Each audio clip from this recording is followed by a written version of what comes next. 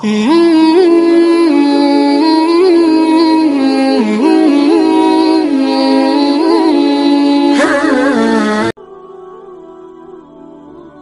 শ্রোতাবৃন্দ, আসসালামু আলাইকুম ওয়া রাহমাতুল্লাহি ওয়া বারাকাতুহু। প্রতিদিনের মতন আজকে একটা গুরুত্বপূর্ণ ইন্টারেস্টিং ভিডিও নিয়ে আসলাম। আজকের ভিডিওটা একটু বেশি ইন্টারেস্টিং হতে যাচ্ছে। আজকের ভিডিওতে আমি যে বিষয়টা নিয়ে আলোচনা করব, ওস্তাদ নোমান আলী খান থেকে নেওয়া একটা লেকচারের একটা সৌন্দর্যপূর্ণ গুরুত্বপূর্ণ একটা আলোচনা। তো প্রিয় শ্রোতাবৃন্দ, শুরু করা যাক আজকের এই গুরুত্বপূর্ণ ইন্টারেস্টিং ভিডিও। মুসলমানদের মাঝে অন্য মুসলিমদের নিয়ে বহু পূর্বমান কাজ করে।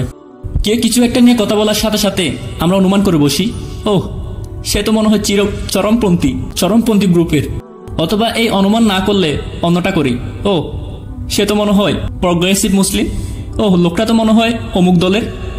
আর আপনি যদি এই দলগুলোর কোনো একটার প্রতি কিছু দয়া, সহমর্মিতা বা তাদের কিছুটা বোঝার চেষ্টা করেন, তখন অন্যরা আপনাকেও অমুক দলের মেম্বার মনে করা শুরু করে।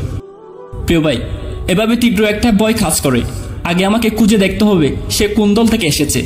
আমাকে নিশ্চিত করতে হবে আমি যেন বর্ডারের অন্য পাশে পড়ে না যাই। এসব দলাদলের সবচেয়ে বড় ট্র্যাজেডি কি জানেন? এর ফলে আমাদের ধর্মের সত্যিকারের সুন্দর শিক্ষাগুলো হারিয়ে যাচ্ছে। আমার অভিমতে কোরআন তেলাওয়াত করা হচ্ছে, মানুষ শিখেছে এবং অন্যদের শেখাচ্ছে, বহু ভালো ভালো কাজ হচ্ছে, কিন্তু অধিকাংশ ক্ষেত্রে আমাদের দিনের সত্যিকারের স্পিরিট, মানুষের অন্তরে যে মনোভাব এর গড়ে তোলার কথা, অন্তরে যে চিকিৎসা এর করার কথা, তা কোথায়? তার দেখা কোথায় মিলছে? আমার ক্ষেত্রে আমি বুঝতে পারলাম অনেকগুলো ব্যক্তিগত সংগ্রামের মধ্য দিয়ে যাওয়ার পর এই বুঝ সহজে আসেনি। আমি 1999 সাল থেকে ব্যাপকভাবে কোরআন অধ্যয়ন করেছি। এই অধ্যয়ন আমার জীবনের গভীর একটি ভালো আসক্তি। আমি জানি না, হয়তো জীবনে অন্য কোনো কিছু করতে পারতাম না আল্লাহর কিতাব অধ্যয়ন করা ছাড়া, যেভাবে আমি অধ্যয়ন করি। এত সব অধ্যয়ন সত্ত্বেও জীবনের কঠিন সময়গুলোর কারণে আমি আসলে বুঝতে পারলাম কিছু শিক্ষা আল্লাহর কিতাবে সবসময় ছিল, কিন্তু তা আমরা দৃষ্টিতে পড়েনি। শিক্ষাটা সবসময় ছিল, কিন্তু আমি তা দেখতে পাইনি। আজ সেই রকম একটা শিক্ষা আপনাদের সাথে শেয়ার করব। প্রিয় ভাই, আল্লাহ তাআলা বলেন, আল্লাহ মুমিনদের অভিভাবক, তাদেরকে তিনি অন্ধকার থেকে আলোর দিকে বের করে আনেন। চলুন আয়াতটি নিয়ে কিছু মুহূর্ত ভেবে দেখি। তিনি তাদেরকে অন্ধকার থেকে আলোর দিকে বের করে আনেন। আপনাদের মনে হতে পারে এই আয়াতে বলা হচ্ছে সাহাবারা আগে কাফের ছিল, কিন্তু তাদের কুফরি থেকে ইসলামে নিয়ে আসলেন, কিন্তু তাদের অন্ধকার থেকে আলোতে নিয়ে আসলেন। কিন্তু আয়াত তো শুরু হয়েছে আল্লাহু ওয়ালিউল্লাযিনা আমানু, এটা দিয়ে। আয়াতের সিইগা কালের দিকে লক্ষ্য করুন। আল্লাহ তাদের অভিভাবক যাদের ইতিমধ্যে ঈমান রয়েছে। তাহলে যে মানুষদের নিয়ে কথা বলা হচ্ছে তাদের ইতিমধ্যে ঈমান রয়েছে। এরপর তিনি বর্তমান কাল ব্যবহার করেন, ইয়াকরুজুহুম মিনাজ জুলামাতি ইলান নূর, তিনি তাদের অন্ধকার থেকে আলোতে নিয়ে আসতে থাকেন। এর মানে কি জানেন? এমনকি একজন ইমানদার ব্যক্তিও আঁধারে পড়ে যেতে পারে। এমনকি ঈমান আনার পরেও কোনো একটি অন্ধকার আপনাকে জড়িয়ে ধরতে পারে। আর এটা শুধু একটা অন্ধকার নয়, হতে পারে বিভিন্ন ধরনের তামাশায় আটকে যেতে পারেন। হতে পারে পিতামাতার সাথে কিছু নিয়ে সমস্যার কারণে আপনি একটি অন্ধকারে পড়ে গেছেন। অন্য একটি অন্ধকার আপনার ছেলে মেয়েদের সাথে সমস্যার কারণে, অন্য একটি স্ত্রীর সাথে সমস্যার কারণে, অন্য একটি নিজের সাথে নিজের লড়াইয়ের কারণে, অন্য একটি নিজের একাকিত্বের কারণে। এসব সমস্যা হতে পারে। মানুষ নীরবে বিভিন্ন ধরনের সংগ্রাম করে যায়, আর তারা এগুলোর কথা কখনো কাউকে বলে না। কারো কাছে এগুলো প্রকাশ করা তার নিকট খুবই বিব্রতকর।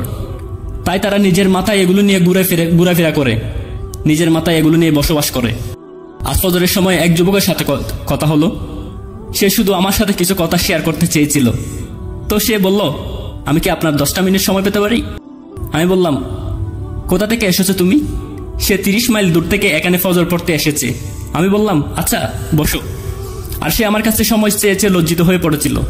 আমাদের অডিটোরিয়ামে আমি তার সাথে বসলাম।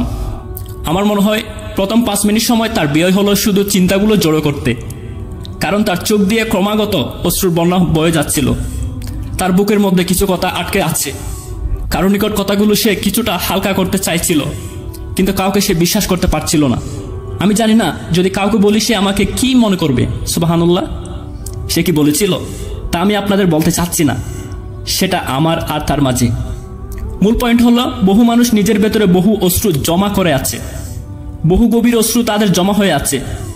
সে শুধু শুনতে চায় আল্লাহ তাকে ভুলে যাননি, আল্লাহ তাকে ভালোবাসেন, আল্লাহ তাকে জাহান্নামে ফেলতে চান না।